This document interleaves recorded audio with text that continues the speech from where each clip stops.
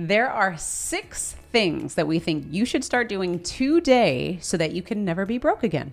My name is Carmen. And I'm Darius. And where we are right now is the sum of the daily things that we've done up until this point. So it's really important for us to kind of scale back a little bit from the big picture and focus mostly on what we're doing right now. Yeah. And what we plan on doing tomorrow. Yeah, no, I think this video, if you're a long-standing Wealth Nation subscriber, we appreciate you. If you're new to the channel, go ahead and hit that subscribe button. We appreciate you, and hit the like button while you are all at it. The main thing that I wanted to say is I feel like this video is going to be a little bit philosophical because for us, we really feel like our thoughts create the actions, and then our actions create the habits that we do. So we just wanted to take a moment and kind of talk through that, because our programming can significantly affect the transactions that we make. Good, bad, or indifferent. It's just, are you aware of the relationship that you have with your money?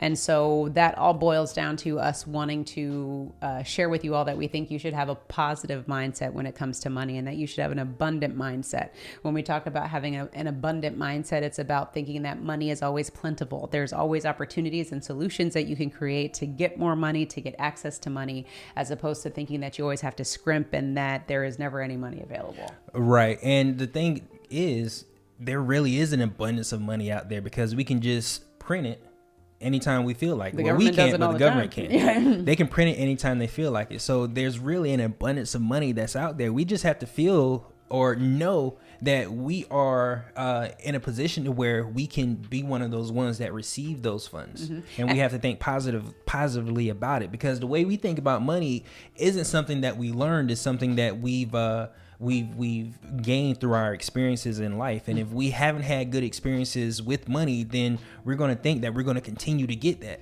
Yeah. But if we or not get it. Or not get it. But if on a daily basis we can focus on something that's more positive, then what we can do is we can turn that negative into a positive. Yeah, and it can just start with you telling yourself every single day, I'm a money magnet. I tell myself that every day. I'm a money magnet. Say it with me. I am a money magnet. And that's what that's called as an affirmation. And years ago when we started doing affirmations, it was the craziest thing I ever experienced or ever seen, because we were doing it these affirmations with like a group of other people in a mastermind where they were talking about money. And my first introduction into this, I was not used to that. I was not used to looking in the mirror and talking to myself, because that's what crazy people do. But if you want the results of a successful person, if you want the results of a successful person, then you'll start doing some crazy things too. Because let's think about it. It's okay to be weird. Because weird people are successful people. Well, now let's be sensitive. What you said, crazy people, we're not going to offend anybody. Or weird people, we're not here to offend anybody. Yeah, we're talking about money. We're just people who do different things outside of what we normally do. It's just different. Doesn't make them crazy or whatever. That's why there's only 2,000, 3,000 billionaires in the entire world. Because they've done something different. So that means we have to do something different so we can get some good results. Yeah. Now, what is an affirmation? An affirmation is something positive that you're telling yourself on a daily basis. And it's some sort of like action that you want to take. So in this case, we said, I'm a money magnet. Start telling yourself that and believe it. That's the other thing. Don't just say it. You have to believe it. And as you continue to evolve and your mindset continues to change, you'll start to see that you can be a money magnet, and you can start thinking about money differently. Right. And on top of that, what you also need to do along with your affirmations is to focus on your daily goals, because it's one thing to have affirmations and say that you are a money magnet, but if you don't have daily goals to focus on, then you're going to be a money magnet for what? Yeah. And the other thing too, like we've mentioned this on another video, where we have goals. Like if we're athletes, we have specific goals for our athletic career. We have specific goals for our career. We have goals for our children. We have goals for our family, or whatever it is. But we never take the time to sit down and think about, what do I want to do financially this year? What do I want to do financially in 6 months? Why don't we do that? Because sometimes we just don't know that we should or can do it. Right. So today we want you to think about that. What are some financial goals that you want for yourself? How much money do you want to have saved and 6 months? How many investments do you want to get involved with by the end of this year? What do you want to start doing with the income that you make? It's not just about going to work or having a business and getting income. What are you doing all this work for in the first place? And life is too short to not be able to enjoy yourself. Do you want to take more vacations? How can you create a plan around understanding how these vacations can now come to fruition? Right. And let's be realistic with our goals, because right now you might not have $100 in the bank, but you want to be a billionaire. You have to be realistic and set milestones. Maybe if you have $100 in the bank, maybe the first thing you want to do is get $1,000 in your savings account, and then establish other goals that will have you on track to getting the $1 billion. You don't focus on the $1 billion because that's going to make you overwhelmed. What you want to focus on daily is what decision that I can make, or what series of decisions that I can make on a daily basis to put me in a better position to get $1,000 in my savings account, and then $10,000, and then $100,000, and work our way towards our big, hairy, audacious goal. The next thing that I would say is understanding your programming. So we talk about this too on the Wealth Nation channel, is what are the inputs and outputs. And sometimes we talk about that as regards to what is your income and how much are you spending. But I'm going to flip the script and say, what are you consuming mentally? Yeah. What are you consuming mentally? What do you hear on a daily basis? What are you seeing on a daily basis? And how is that affecting what you think about money, how you're spending money, and the actions that you're taking? And it doesn't even have to be about money. This can be regarding your health as well, because it's all related. Think about it. If you're not in great health, you're spending money to get healthy. So what we want to share with you is stop consuming content that isn't serving you. And that could be the television. Yeah. That could be Netflix. That could be radio. What is the information that you're consuming? Social media. Oh my gosh, that's a huge one. That you need a detox from. Yeah, because think about it like this. What you put in is basically what you're going to get out. Yeah. So if you decide to eat pizza, ice cream, chips, peanut butter and jelly, soda, all in one sitting, you can imagine what you're going to get out.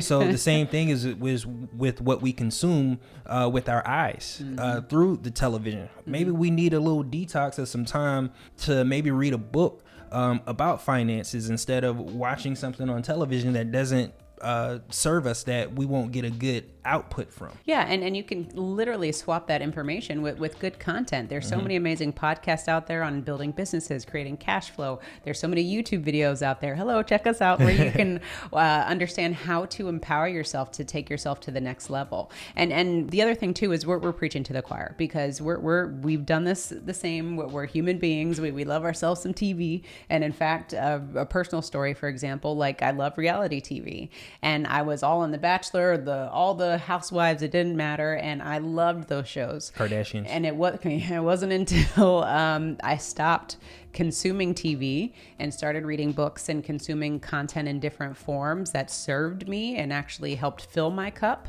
that when I started to go back and watch some reality TV, I recognized I was more anxious. I was more grumpy. It affected my mood because it was the inputs that I was taking in. When all you're listening to is gossip and drama, it's going to come out in a different form. And I was a much happier person when I listened to positive things as opposed to all the drama that I was consuming. And I'm a big fan of violent movies. And one thing that happened to me is I started having conversations with people that had a lot more money than I did, and we weren't able to connect on anything that I was watching.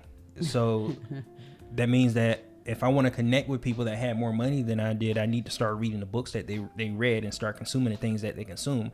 And I found that once I got into a habit of doing that, our income started to increase also. And you're not as angry either. And I'm not as angry. But it is true. Except in traffic. Don't cut them off, people. But it is. So just take a snapshot on what you're doing on a daily basis and just think about it, because sometimes we don't even realize that maybe we're irritable with our spouse over nothing. Maybe just something that we consume that didn't sit well with us, and now it's just negative energy that has to come out. So we're just giving you ideas and things that you can do as far as freeing yourself, opening your mindset so that you can create an abundant mindset and that you're not focused on negative things. Right. The next thing we need to do is we need to track our spending. every time we spend money, we should be tracking that spending so we can understand what our patterns are. Yeah. Because if we can understand our patterns, then we can also curve our patterns to serve us instead of destroy us. So tracking our spending is very important. It's very important that we do that on a daily basis. Every time we spend money, get into the habit of tracking our spending and our expenses. And that goes back to inputs and outputs. What is our income and how much money are we spending? And to piggyback on that, which is literally the next point, is just talking about not spending things that we don't need. That's a double negative. So reevaluate your spending. What are some of the things that you are buying that aren't serving you, that you don't really need when you think about it in hindsight, and how can you continue to tailor your spending so that you can make money as opposed to spending? Yeah, basically don't buy anything that you weren't planning on buying in the first place. Because if you go to a department store and you see this nice outfit in the window, because you've been tracking your spending and focusing on your daily habits, you're going to have more money than you've had previously. So you're going to have the ability to buy those things. But the important thing is to not buy it. Instead of buying making that purchase, why don't you save that purchase instead? Because it'll go further for you when you're able to make money from your money than spending it. Because clothes don't put more money in our pockets. It takes money out of our pockets. And don't get us wrong, we're not saying not to splurge or to spend or to not treat yourself. What we are saying is that if you do want to do those things, you need to have a plan for it, and you need to make sure that you can afford it. Right. Because typically what happens is we see something and that immediate gratification, we're like, oh, I need that dress. I need this. I need that. I need this. And then when you get home, you realize I really didn't need these things. And now how am I going to make everything else work for the rest of the month because I just made all these purchases that are setting me back? Yeah, because just think about it. The shirts that we have on is one price, but if you put a Nike symbol on it, it's going to be worth a whole lot more. And the only thing we did is put a Nike symbol on it. It doesn't change the material or the quality. It's the exact same thing. The only thing you're paying for is a brand. Yeah. And sometimes those brands will make us go broke.